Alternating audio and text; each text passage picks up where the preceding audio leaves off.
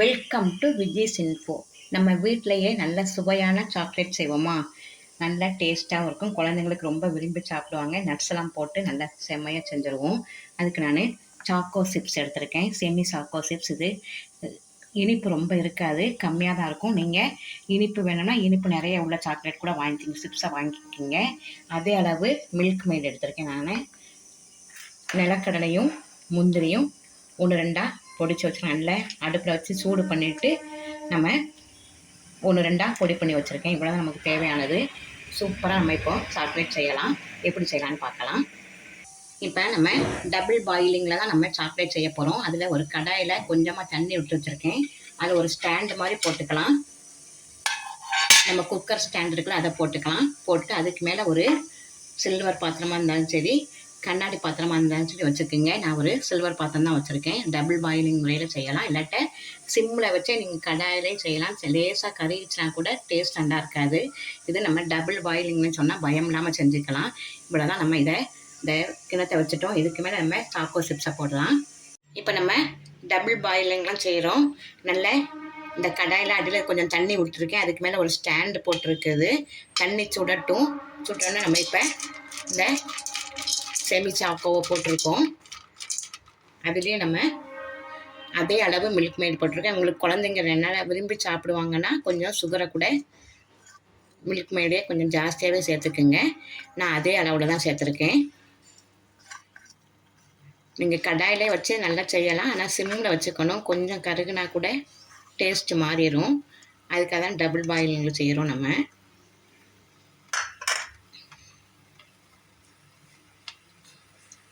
இந்த கை விடாமல் எப்படி கிளறிட்டே இருக்கணும்.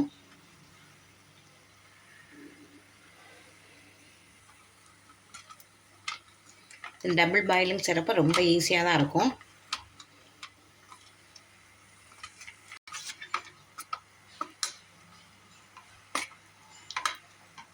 இதை நல்லா கரைச்சிட்டோம்னா உங்களுக்கு வேண்டிய நட்ஸை போட்டுக்கலாம். நான் நிலக்கலையும் முந்திரியும் போட்டிருக்கேன்.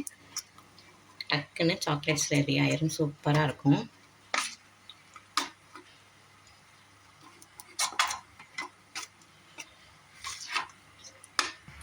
இப்போ சாக்கோலாம் நல்லா கரைஞ்சிருச்சு பாருங்கள். நல்லா கரைஞ்சிருச்சு. இப்போ நம்ம தேவைக்கு நட்ஸ் போட்டுக்கலாம். எந்த நட்ஸ் உங்களுக்கு விருப்பமோ அதை போட்டுக்குங்க.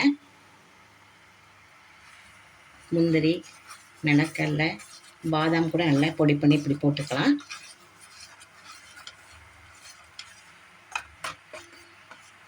சாக்கோ சாக்லேட் சூப்பராக ரெடி ஆயிடுச்சு. வீட்டில் செஞ்சு அசுத்துங்க, சூப்பராக இருக்கும். இதை ஒரு 2 நிமிஷம் நம்ம இறக்கிடலாம். ஸ்டவ் ஆஃப் பண்ணிடலாம். இப்போ ஒரு 2 நிமிஷம் நல்ல ரூம் டெம்பரேச்சருக்கு வரட்டும். வந்த பிறகு நம்ம சாக்லேட் மோல்டில் எடுத்துக்கலாம். இப்போ நம்ம சாக்லேட் மோல்டில் கொஞ்சம் கொஞ்சமாக விட்டுக்கலாம்.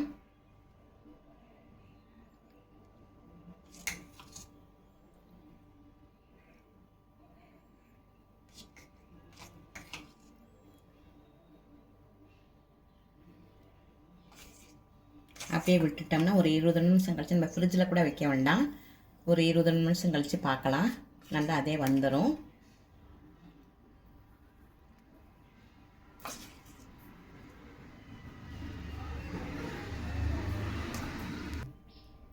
நல்லா சாக்லேட் மோல்டில் நல்லா டச்சு சாக்லேட்டை இப்போ நம்ம ஒரு 20 நிமிஷம் அப்படியே வச்சுருவோம். ஃப்ரிட்ஜில் கூட வைக்க வேண்டாம். இப்போ 20 நிமிஷம் கழித்து பார்க்கலாம். நல்லா சாக்கோ சிப்ஸ் வச்சு செஞ்ச சாக்லேட் சூப்பராக ரெடி ஆகிடுச்சு பாருங்கள். நல்ல டேஸ்ட்டாக குழந்தைங்களுக்கு நம்ம வீட்டிலே செஞ்சு கொடுத்துடலாம். செம்ம டேஸ்ட்டாக இருக்கும். சிம்பிளாகவும் செய்யலாம்.